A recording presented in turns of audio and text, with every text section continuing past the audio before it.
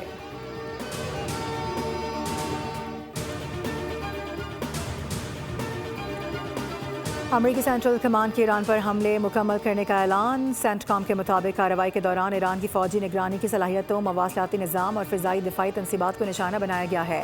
ان حملوں میں امریکی میرین کور، فضائیہ اور بحریہ نے مشترکہ طور پر حصہ لیا۔ ایران کے صوبہ فارس، مغربی تہران، بندر عباس، ایران کے شہر مناب، سیرک، قشم، ہنگا ماور، جزیرہ کیش میں بھی دھماکوں کی آوازیں سنی گئیں۔ ایرانی بندرگاہ گرگان میں بھی دھماکے ہوئے ہیں۔ کارروائی کا ہدف وہ ایرانی اثاثے تھے جو امریکی افواج اور تجارتی جہازوں کے لیے خطرہ بن رہے تھے۔ سینٹ کام نے موقف اختیار کیا کہ یہ حملے ایران کی بلا جواز اور مسلسل جارحیت کے جواب میں کیے گئے۔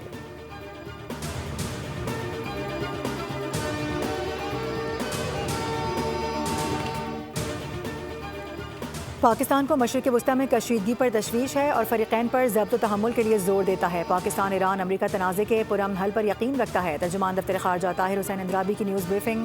کہا کہ اسرائیل اور لیبنان میں جنگ بندی امریکہ کی بدولت ممکن ہوئی، جو مثبت پیش رفت ہے۔ صومالی قزاقوں نے کارگو شپ پر پاکستانی شہریوں کو یرغمال بنا لیا ہے۔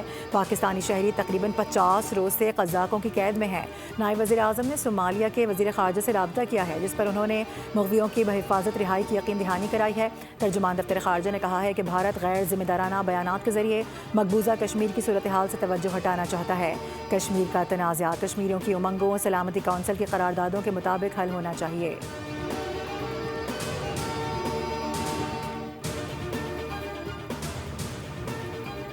اور گلگت بلتستان میں حکومت سازی کے معاملے پر پیپلز پارٹی اور مسلم لیگ نون کے وفود کے درمیان اہم مشاورتی ملاقات۔ حکومت سازی کے ممکنہ فارمولے، سیاسی تعاون اور دیگر امور پر تفصیلی تبادلہ خیال کیا گیا۔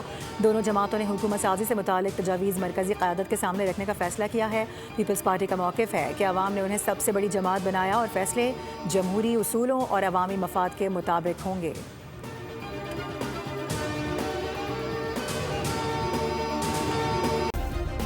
سبسکرائب کریں اور بیل دبائیں تاکہ کوئی خبر رہ نہ جائے۔